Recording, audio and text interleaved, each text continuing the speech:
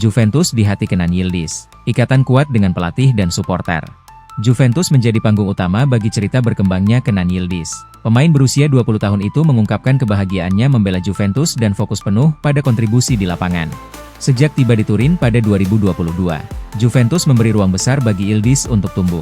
Perjalanan dari level junior hingga tim utama membentuknya sebagai sosok penting di skuad. Yildiz menjalani peningkatan karir yang cepat setelah meninggalkan Bayern Munchen. Ia menapaki jalur dari Primavera, Juventus Next Gen, hingga menembus tim senior. Kepercayaan klub tidak berhenti pada kesempatan bermain. Juventus menyerahkan nomor 10 yang pernah dikenakan Michel Platini, Roberto Baggio, dan idolanya, Alessandro Del Piero. Peningkatan peran tersebut diikuti kontrak baru dengan gaji tahunan sekitar 1,5 juta euro, atau setara 25,5 miliar rupiah. Nilai itu masih jauh dari level pemain top dunia, tetapi mencerminkan arah pengembangan klub. Manajemen tengah melakukan pembicaraan untuk menyesuaikan situasi finansial sang pemain. Akan tetapi, Yildiz menegaskan fokusnya tetap pada performa bersama Juventus. Saya tidak ingin membicarakannya. Saya hanya fokus pada lapangan dan apa yang harus saya lakukan di sini. Saya bahagia di Juventus, dan itu yang terpenting saat ini, ujarnya.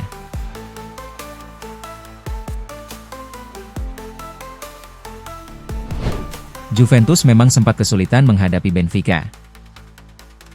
Juventus meraih kemenangan penting saat menjamu Benfica pada matchday 7 Liga Champions 2025-2026 di Allianz Stadium, Kamis, 22 Januari 2026.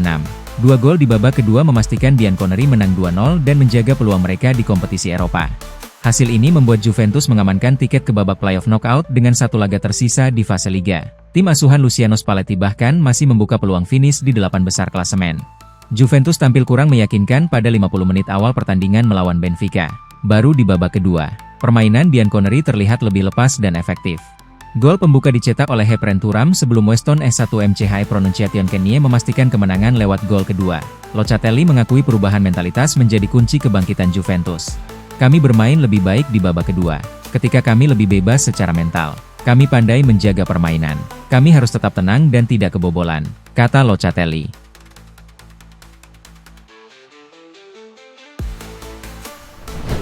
Jangan jadi anak baik, pesan tegas Luciano Spalletti untuk Jonathan David. Luciano Spalletti mendesak Jonathan David untuk menambah tekad dalam permainannya dan meninggalkan aura anak baiknya. Sang penyerang diminta membuktikan kemampuannya di Juventus. David tahu cara bermain sepak bola. Dia mungkin tidak memiliki tekad dan kegigihan itu. Menurutnya setiap pertandingan sama saja.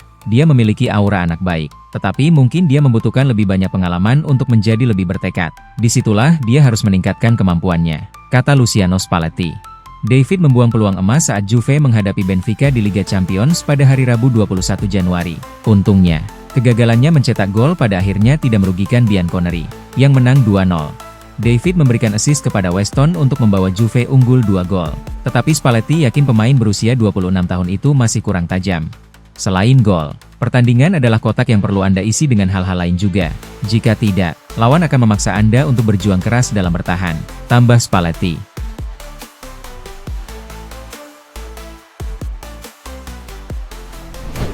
Chelsea jajaki peluang pinjam Douglas Luiz dari Juventus. Chelsea dikabarkan tengah menjajaki peluang untuk meminjam Douglas Luiz dari Juventus pada bursa transfer Januari ini. Bukan tanpa alasan kenapa The Blues ingin mendatangkan Luiz di awal tahun ini. Dilansir dari The Athletic, The Blues membutuhkan pemain berpengalaman dan berkualitas untuk menjaga kedalaman skuad. Dalam laporan tersebut, klub asal London tersebut akan mengajukan proposal peminjaman kepada Juventus hingga akhir musim ini. Kesempatan bergabung dengan klub sebesar The Blues akan sangat menarik bagi pemain asal Amerika Selatan tersebut. Ia sebelumnya telah menunjukkan kualitasnya di Premier League bersama Aston Villa. Ia memainkan sepak bola terbaiknya di Inggris bersama klub West Midlands tersebut, dan ia sangat ingin kembali ke level tersebut. Kepindahan ke The Blues akan sangat ideal bagi karirnya. Di sisi lain, tim arahan Liam Rose senior tersebut juga membutuhkan lebih banyak kontrol dan ketenangan di lini tengah. Dan pemain berusia 27 tahun ini bisa menjadi pilihan yang tepat.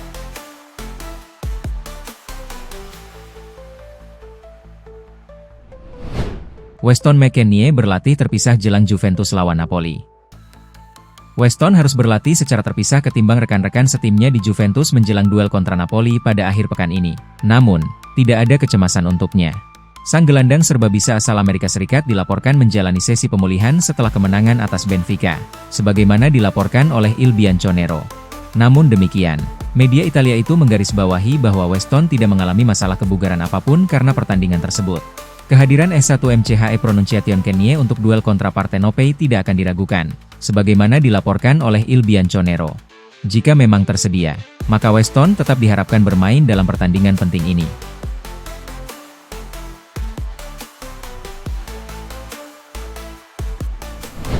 Direktur Juventus mendarat di Istanbul untuk negosiasi transfer striker Fenerbahce.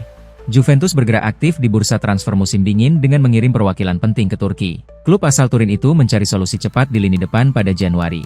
Langkah konkret terlihat ketika Direktur Olahraga Marco Ottolini mendarat di Istanbul. Agenda utama kunjungan itu adalah pembicaraan langsung dengan Fenerbahce dan Youssef En-Nesyri. Menurut laporan jurnalis Italia, Gianluca Di Marzio, Ottolini memilih bertemu langsung dengan jajaran petinggi klub Turki. Pendekatan tatap muka dilakukan untuk mempercepat proses dan membaca posisi lawan negosiasi. Pertemuan awal sudah berlangsung pada Rabu malam waktu setempat. Agenda lanjutan dijadwalkan kembali digelar pada Kamis. Juventus berada di posisi terdepan dalam perburuan En-Nesyri berdasarkan perkembangan terbaru. Namun, klub tidak berencana mengeluarkan dana besar pada jendela transfer Januari. Oleh karena itu, Ottolini mendorong skema peminjaman hingga Juni dengan opsi pembelian di akhir musim. Formulasi tersebut dianggap paling realistis bagi kedua pihak.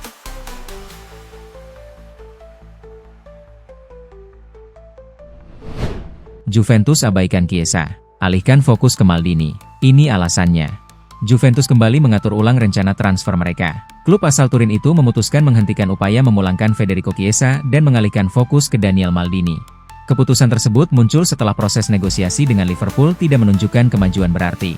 Faktor teknis di dalam tim juga ikut memengaruhi perubahan arah kebijakan ini. Dalam beberapa pekan terakhir, Juventus mencoba membuka jalan bagi kembalinya Chiesa ke Turin. Namun, pembahasan soal skema transfer dan nilai kesepakatan tidak menemukan titik temu dengan Liverpool. Keputusan menghentikan rencana ini dinilai terlalu cepat jika hanya melihat faktor negosiasi. Indikasi kuat menunjukkan adanya pertimbangan internal terkait struktur tim di bawah Luciano Spalletti. Di sisi lain, Daniel Maldini menawarkan profil berbeda yang lebih sesuai dengan kebutuhan saat ini. Statusnya yang lebih sederhana membuatnya lebih terbuka menerima peran sekunder. Kesempatan bermain di bawah arahan Luciano Spalletti menjadi daya tarik tersendiri bagi Maldini. Pelatih tersebut pernah memberinya debut senior bersama timnas Italia.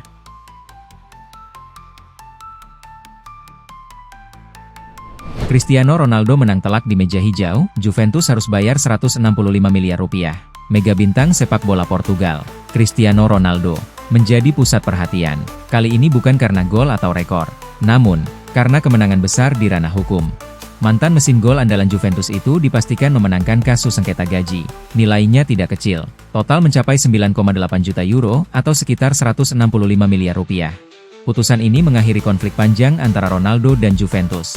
Sengketa tersebut telah berlangsung sejak CR7 meninggalkan Turin pada 2021. Bagi Ronaldo, ini adalah penegasan hak profesional. Bagi Juventus, ini menjadi pukulan reputasi yang tak bisa dihindari. Seperti dilaporkan Gazzetta, keputusan ini menutup ruang Juventus untuk menuntut pengembalian gaji tersebut. Dana itu merupakan bagian dari sengketa gaji era pandemi COVID-19. Ronaldo sebelumnya meninggalkan Juventus dengan total gaji tertunggak 19,6 juta euro. Situasi ini mendorong sang pemain menempuh jalur hukum pada 2023 dan membawa kasus ke arbitrase. Pada April 2024, panel arbitrase memutuskan Juventus wajib membayar setengah dari nilai tersebut, jumlahnya 9,8 juta euro, karena adanya kesepakatan pribadi yang tidak ditandatangani Ronaldo. Hakim menyatakan Juventus tidak memiliki dasar untuk menuntut kembali dana yang sudah dibayarkan. Artinya, Ronaldo sah menerima sekitar 165 miliar rupiah tersebut.